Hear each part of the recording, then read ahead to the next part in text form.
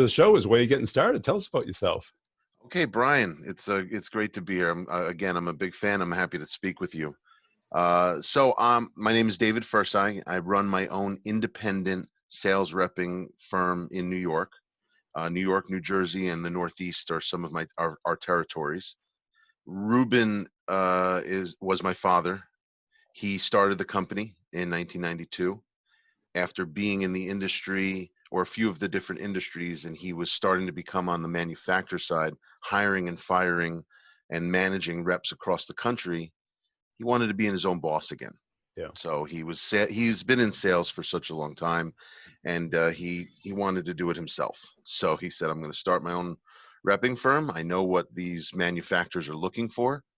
And he ended up doing it. And he did it so well that one of the manufacturers hounded him for years to say, we want you to be our national sales manager. We want you to be our national sales manager. And he said, I can't. I have my own company. I'm repping many companies. Until the day I came into the business. When I came into the business, that allowed him, he said, I'm gonna teach you. You're gonna go out on your own. You're gonna be great. But now this company that's been hounding me that we already rep, I'm gonna make a deal with them to be kind of like their national rep. So he never was hired from them. He was a consultant. Okay. And it allowed him to travel the country and work with them and stay local and work with me. So you represent one company or multiple? 8. I represent I represent 8 different manufacturers, all in the B2B market, selling to value-added resellers, integrators, or through wholesale distribution. And they're all in the same security and intercom and access control realm. So they're all in the same type of electronics and services. And you like this model? I do, and I think it's very valuable as well, because if I go into a customer, yesterday's a great example. I went into a customer, they're looking to add one of the manufacturers I work with as their product line, just as an offering, and they wanted to learn more about it. So they said, we want to learn more about it. We've been seeing it pop up. Okay, good. I went in, and they know what I do. They know that I'm a multi-manufacturer rep. So at the end of the meeting, I find a way to, after hearing them and after hearing what their business is more about and what their needs are, in my head, I'm thinking, I've been talking about this one company the whole time, but I know that they would really get a kick out of this line from what they said 20 minutes ago. Yeah. So it rolls into it. And again, at the end of the day, being a multi-line manufacturer's rep, as long as you call me, makes me happy. I'll tell you something. There's a lot of things that I can say that my father taught me well. And the one thing that he said that made him feel so good was when a customer called him with a question about another company that he has no association with. It just, because he said, I'm on his mind. Yeah. That's just, it was a great feeling. Well, you become kind of the expert, Mm-hmm. an extension of their team. Yep. Right. Yeah. That's the thing. One of the things I like to say about the type of B2B sales is, I'm not selling you something and walking away. I don't make money unless you make money. You have to make money first. Okay. That's where you get the money. That's right. You have to make money first. And especially in the beginning, there's been a couple of times, and this came directly from my father in teaching and the going overboard with the service. There was a company that once said, listen, you've been fantastic, but this is a small deal. You're making nothing on this. And I said, listen, I'm going to be truthful with you. I could care less about this one sale. I'm looking at the next 50. Okay. That's what I care about. I'm in this game to be with you for a long time. Okay. Yeah. Whether you're with the company you're with now, or wherever you go, we become friends. I see that you have integrity. So I'd like to do business with you wherever you go. And that's, yeah. And a lot of reps don't have that long-term view. Yeah, especially if you started to do some certain types of sales that it's instant gratification. I sell you a product or service, you're using that product or service, and I'm out the door. Yeah. You learn it. You definitely learn it. And I'll tell you, go ahead. I'm sorry. What's it like working through resellers? Well, there's positive and negatives about it, and the negative is they think that they're the expert already because they've been doing it in the field. And I understand that. Listen, I understand that. I go into somebody that's been doing this for longer than I have, and they have more experience than me. Maybe they're an installer. Maybe they do certain things that I don't. I'm just promoting, marketing, and teaching about the products I work with. It's hard to get them to get in a vulnerable state to say, listen, you have value to give me that I don't know. They don't like to, especially in New York, that if they don't want to be told. So you really have to earn their respect, earn the credit Yeah. with them. And do you have a geography, or do you have the whole country, or So with each manufacturer, it could be it's different different? because I have independent contracts. So mostly it's Metro New York, New Jersey, a lot of time, and no, actually most of them, it's all of New York and New Jersey. So I'm downstate near Manhattan where most of the business is, but Yeah. I'll tell you, Buffalo and Rochester, upstate New York, I do travel up there on a normal year 4 or 5 times, Yeah. spend 3 or 4 days. Now, my dad was also a manufacturer's rep. Well, really? Yeah. Oh, Yeah. interesting. Yeah, and the packaged goods products like board, cardboard, Hmm. tape, stuff like that. And he liked it. He liked the independence, but there was also the constant churn where they start going direct. Well, yeah, that was always the tough part, going direct. But the constant churn, my dad loved. Really? Yeah, he was a night owl. He'd be in his office until 2:30 in the morning sometimes, playing on YouTube, learning something, or making sure an email that he wants to send the next day is going out well. Yeah, that it's an interesting thing that you said. But let me tell you something. My father first told me when I first came into this industry. He said, and I didn't know I wanted to be in sales at first. I went to college and I wanted to be a meteorologist. I loved weather, still love science and weather. Then I realized how much math was involved, and I'm not the best at math. So I said, this is not looking at maps and telling you if it's going to rain. It's I not don't just think, standing up there with cute girls, right? yeah, yeah, this is, wait, I got to take calc. There's a calc 4. I can't even count to 4. No, so I switched to communications and persuasion, and I took many courses, and I kind of at my senior year figured I'm probably going to go into the family business. He always wanted me to. Now, when I did, he said to me, David, I will never hound you. You can work for whoever you'd like. But if you're going into sales, if you're going to be in this business, I want you for a year. He said, I want to be able to work with you every day and teach you. I don't want you going somewhere else. And then when you come back, I have to undo what they did. Okay. And the most valuable thing he said to me, I remember like it was yesterday, almost 20 years ago, 18 years ago. He sits me down, he gives me his ACT program, his Rolodex, he gives me his book of cards. He said, and this is before MapQuest, Garmin. He says, you're going to have to pick Brooklyn, go see five. He says, your job for the first year is to go make friends. You're good at that. Go make friends. How many times will it take you? See all these contacts I'm showing you? How long do you think it'll take you to go visit each one of them? I said, it's going to take me a long time. That's why your job is not to sell right now. Your job is to go make friends. You get it, put your clothes on, get in the car, bring literature. You don't know what they're going to ask for. You don't know anything. You don't know. Go in the car, go visit them. Hi, my name is David Fursag with Rubin and Company. You probably know my father.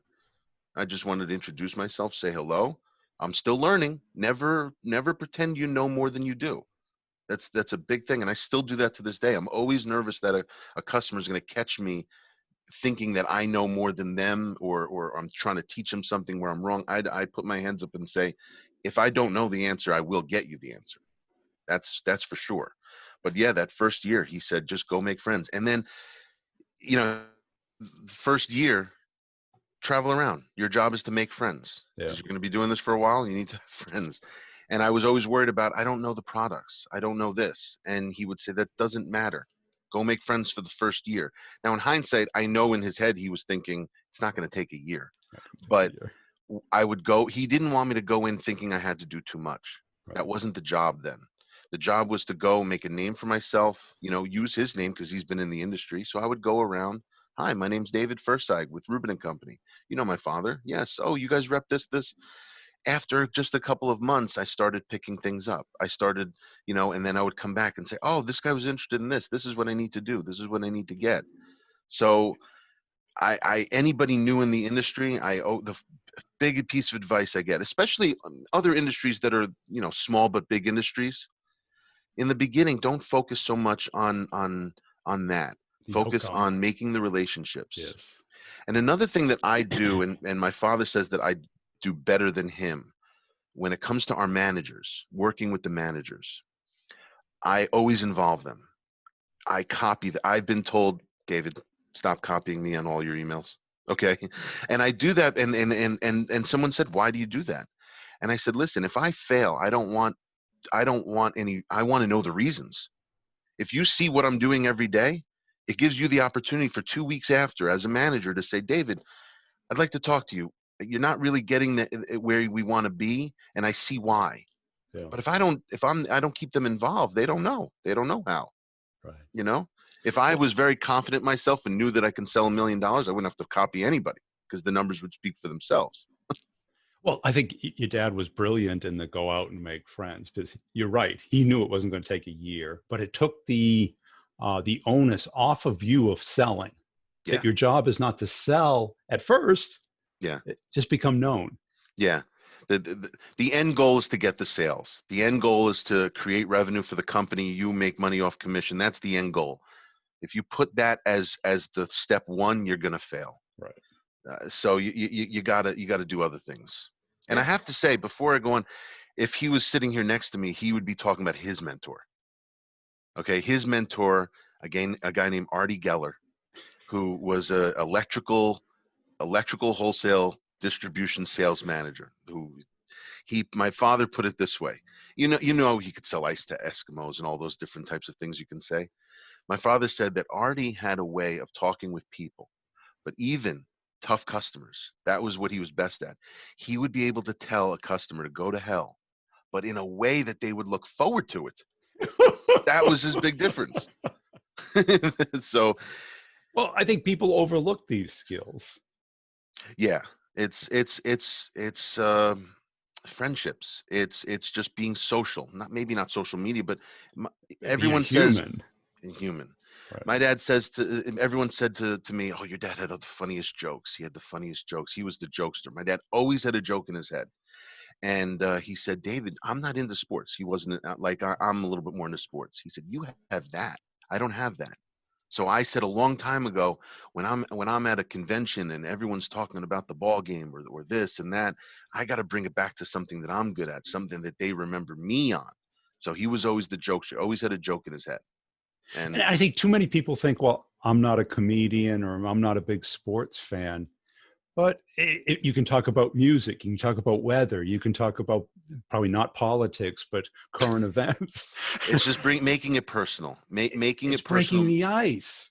Yeah. It's being somebody that they want to talk with, not that they have to talk with. Yeah, it's the little things, making it personal, making it a one-to-one thing, and then doing what you say you're going to do.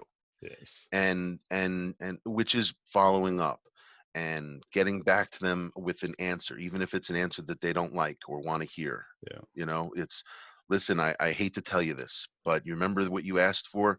We're not going to be able to do it. I wanted to tell you that up front. Yeah. And what was that first year like? Well, before before GPS, it was interesting. Oh I was man, I like remember. the 2 year. I was doing this for 2 years, and I remember having all the boroughs and the maps in my car right at the thing, having to figure it out. But those 2 years, they were fun. First, I learned how to get around. Okay, I learned how to get around. I learned that this business is about people. And people leave. I joke around still saying in certain industries, your business cards should be more like baseball cards. It should have your picture on the front, the team you're playing for, and on the back, your stats and what you sold and what Yep. year how well you did. I joke around about that all the time, but in an industry, there's a lot of industries similar to mine, so a lot of people will be able to relate. But that first year was fun because I was getting to know people. I would get home and I would say, hey, Dad, I met this guy and this guy and this guy. Oh, yeah. He would tell me stories. And as time goes on, those stories and then me seeing them again, and then I become part of the new stories, you know.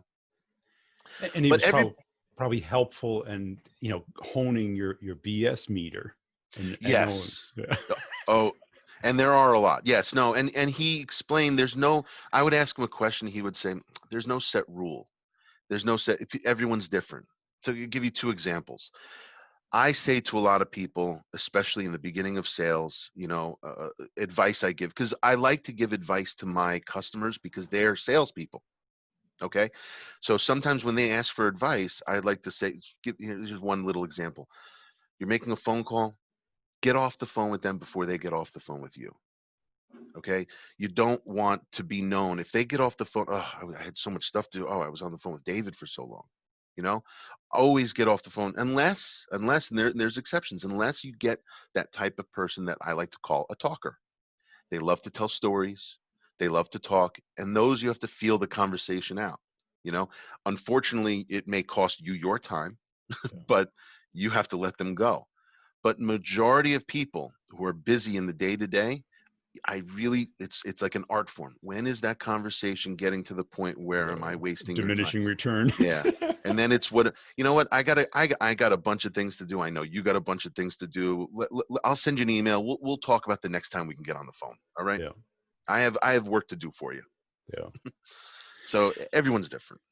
And when did you start to get your groove? Was it that first year? Or? Oh, good. No, no. Um, the first couple of years were pretty smooth.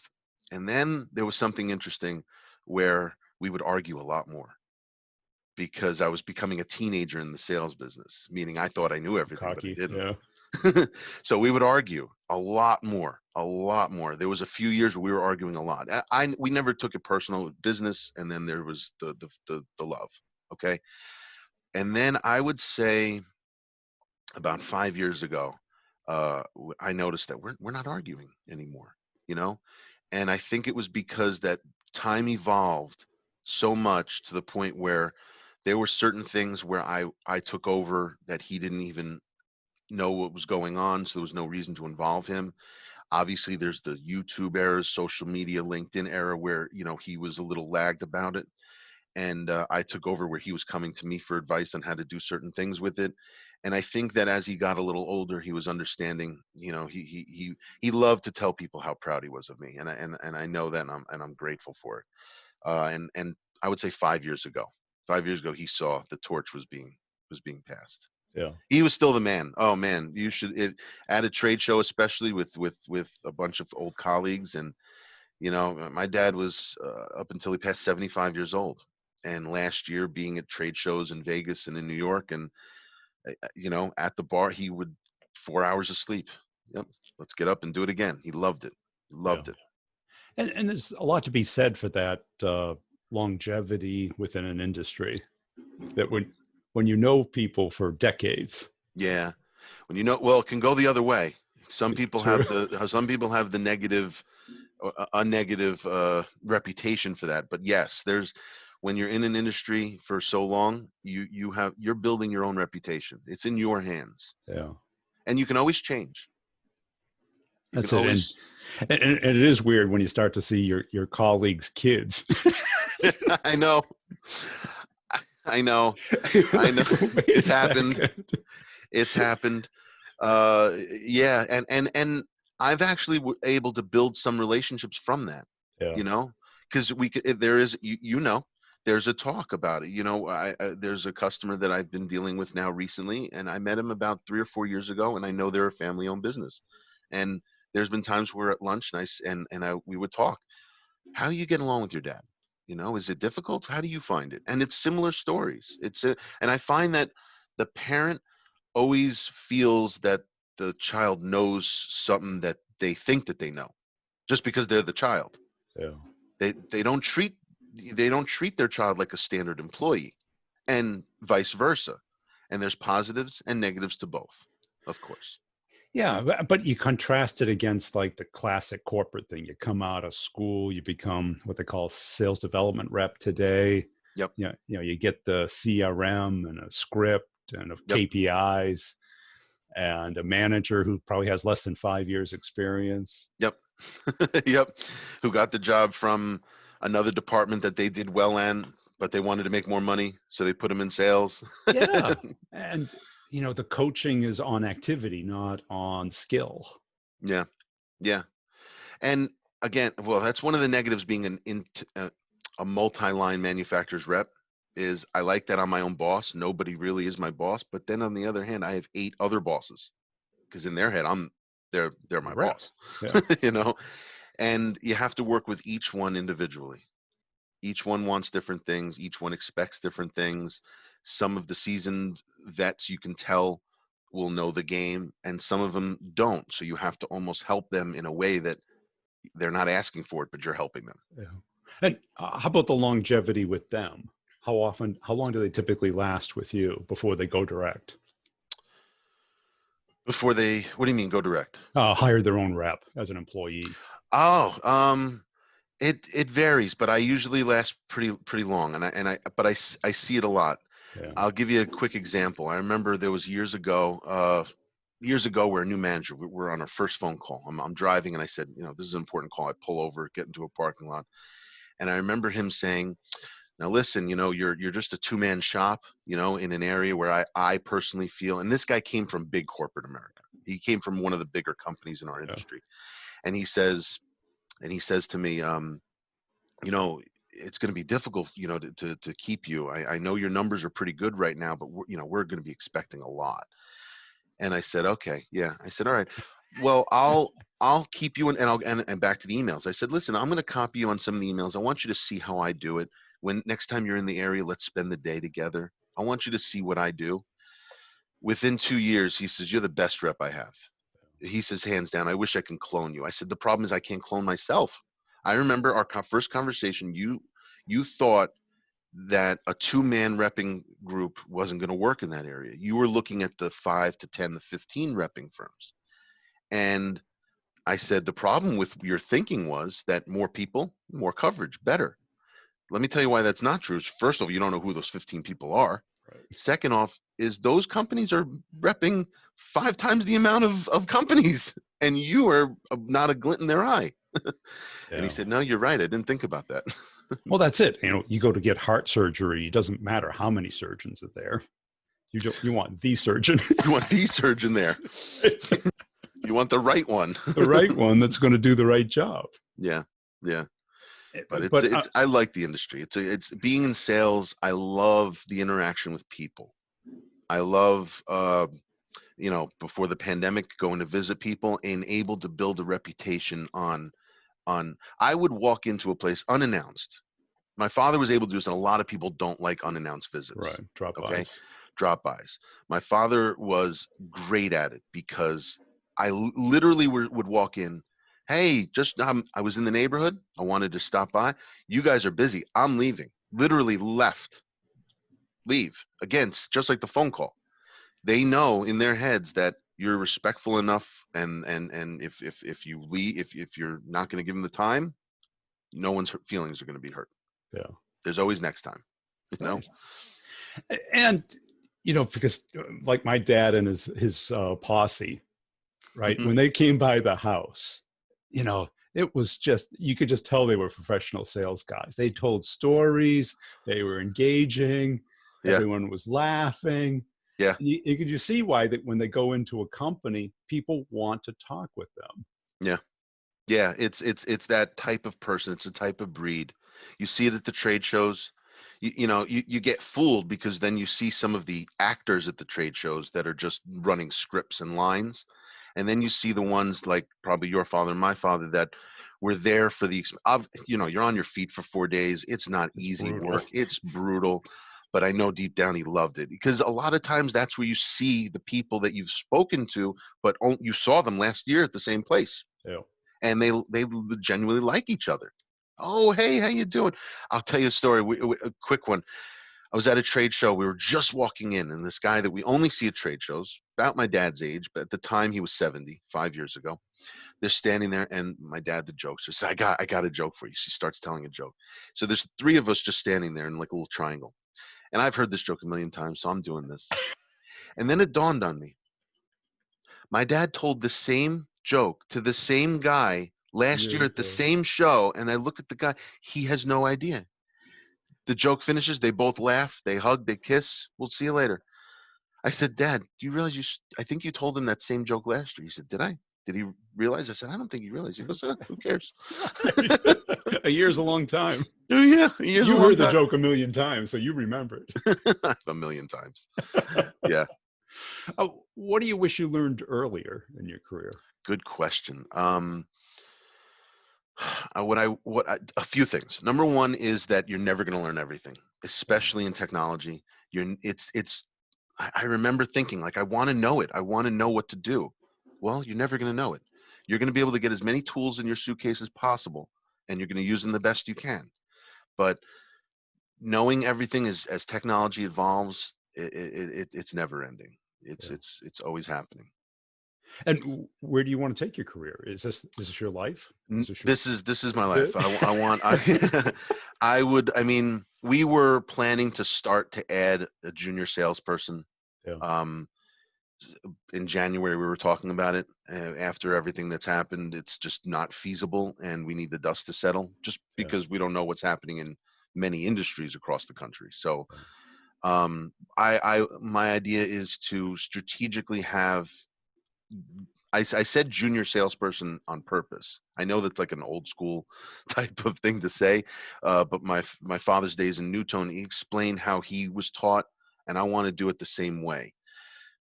Bringing an industry vet in would be nice if the revenue was there, and then just to upkeep it and increase it slightly. But in certain areas of my business, I would like to do what my dad did to me. I want to bring in a young person that's wet behind the ears and say, this is what I need you to do. You do this. Don't worry about the sales. The sales will come. I need some weight Right. off my back by doing A, B, and C in this area. Okay. You do that for a certain amount of time, you will be successful. Yeah. And then as that happens, I'd like it to grow to a different section. So I would like to expand eventually, but this time it's very hard to think about that. And is there much of a roller coaster to it, or is it more consistent than? I find that it's always balanced. Yeah. Like, if you lose a line, you gain another. If this company is struggling for whatever reasons, the others are keeping up. It's always a fight. It's always a struggle. But if I look back at the history, I find that it has a tendency to working itself out. And when did it become a passion? How long did that take? I mean, you had to give up meteorology. No, that was right away. But why I laughed is I remember my dad always reminded me of this when I first started that first year. I remember saying to him, now, Dad, I'm not going to be like you. I value my friends. I want to go see my friends after work. This is going to be like a 9 to 5 for me. He always threw that back in my face because as years went on, basically after the first 3 years, after college, I went to live at home. And about 3 years later, I moved in with a couple of friends.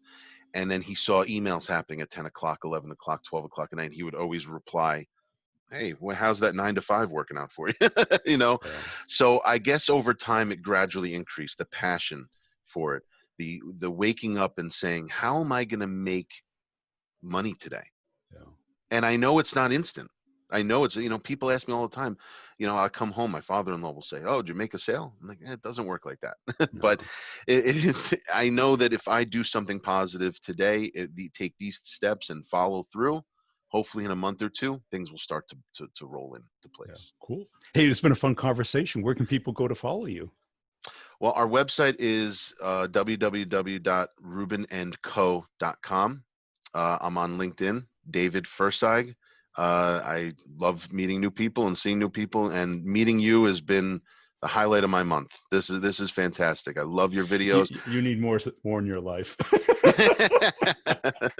I love your walks. One day I want to come on a walk with you. Yeah, definitely. Independent manufacturers rep in the security, access control, and intercom realm of New York, New Jersey. And you find me and I'll talk to you.